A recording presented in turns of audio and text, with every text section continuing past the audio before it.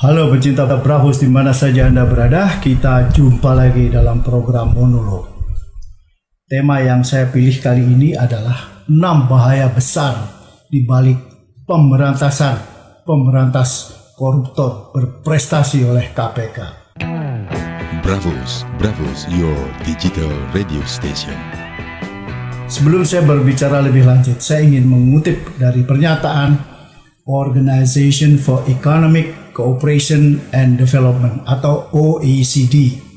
Organisasi ini terdiri dari 36 negara maju di Eropa, Amerika, dan Asia. Menurut OECD, memburuknya korupsi di Indonesia bisa menyebabkan penurunan kepercayaan investor atau investor confidence dan menjadi beban pada integritas dunia bisnis. Padahal sekarang saja integritas dunia bisnis di Indonesia sangat layak diragukan karena memang kenyataannya sangat syarat dengan praktek-praktek tidak fair atau praktek-praktek busuk, tepatnya suap menyuap. Soal tersingkirnya pemberantas korupsi berprestasi, saya melihatnya sebagai pesan kepada investor bahwa mereka harus siap menjadi ATM para koruptor. Tentu saja ini semua mengandung bahaya. Setelah saya klasifikasikan terdapat 6 bahaya. 1. Bahaya ekonomi. Jurang kaya miskin akan makin dalam berkat konspirasi pengusaha dengan politisi dan birokrat buruk. Konspirasi ini menyebabkan mereka yang kuat bisa dengan mudah menggusur yang miskin, menggusur tempat-tempat mereka berusaha, lalu menggantikannya dengan bisnis mereka sendiri yang bisa merupakan jaringan tidak hanya di tingkat nasional tapi bahkan internasional. Kemudian para pebisnis besar juga bisa membeli hak istimewa dalam perizinan atau konsensus bisnis, bahkan hak monopoli. Dalam hal ini kita ingat kasus Salim Group dalam impor terigu di era Soeharto. Kemudian beberapa waktu yang lalu kita juga dikejutkan oleh monopoli PT Aero Citra Cargo dalam pengiriman benur lobster ke luar negeri. Dan ini terjadi di era Jokowi. Sekarang mantan Menteri KKP Edi Prabowo masih dalam status tahanan KPK. Penyuapan oleh bos atau pemilik PT Borneo Lumbung Energy and Metal Tbk Samintan yang dia tangkap pada 6 April 2021 dalam kasus penyuapan pembangunan PLTU Riau 1. Pada tahun 2020, Samintan sesungguhnya juga sudah ditetapkan sebagai tersangka dalam kasus penyuapan pengurusan izin tambang batu bara. 2. Bahaya industri polutan. Indonesia bisa dibanjiri oleh industri penebar polusi yang sudah dilarang di negara asal karena merusak kesehatan penduduk setempat, kelestarian lingkungan, dan memicu perubahan iklim. Nah, dengan kekuatan uang, pemilik industri yang merusak ini bisa main mata dengan para pejabat untuk mengakali peraturan-peraturan yang berlaku, termasuk peraturan-peraturan yang sesungguhnya sudah sangat lemah dalam menghadapi industri polutan, sebagaimana telah diungkapkan oleh para aktivis lingkungan, terutama sejak pemerintah memberlakukan Omnibus Law atau Undang-Undang Cipta Kerja.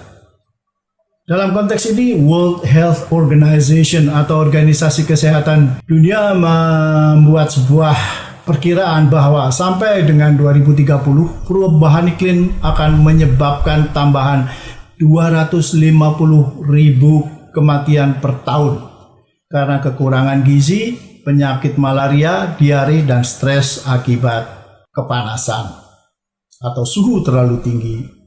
Negara-negara sedang berkembang adalah yang paling terdampak dan paling tidak berdaya juga.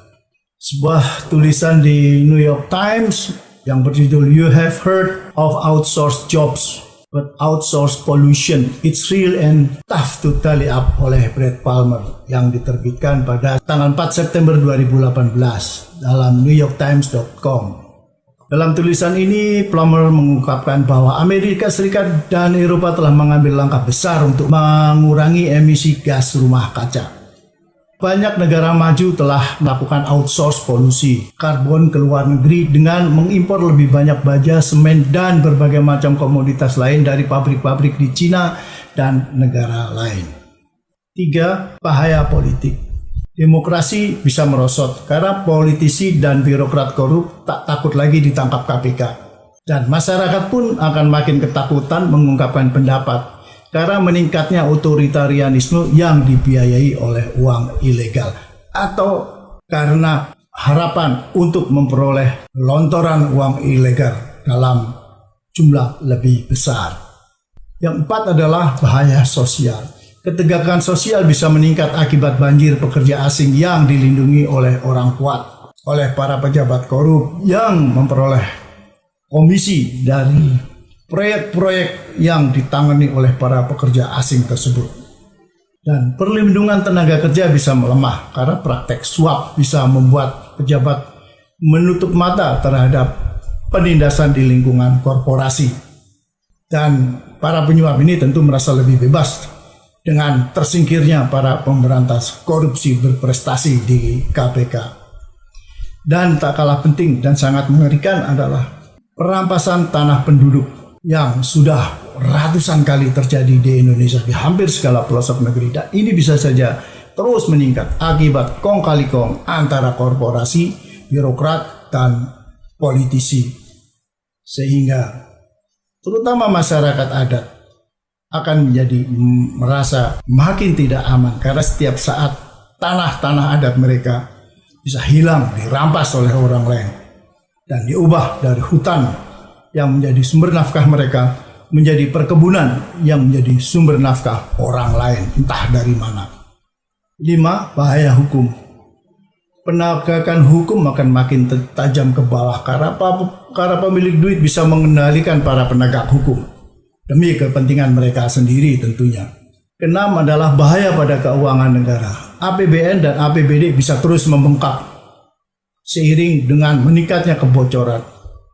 Hal ini bisa terjadi karena para pembocor uang negara atau uang rakyat ini sudah tidak takut lagi ditangkap oleh para pemberantas korupsi berprestasi seperti Novel Baswedan dan kawan-kawan. Oke, pecinta Bravos di mana saja Anda berada, kita masih akan jumpa lagi dalam program monolog episode berikutnya. Bravos!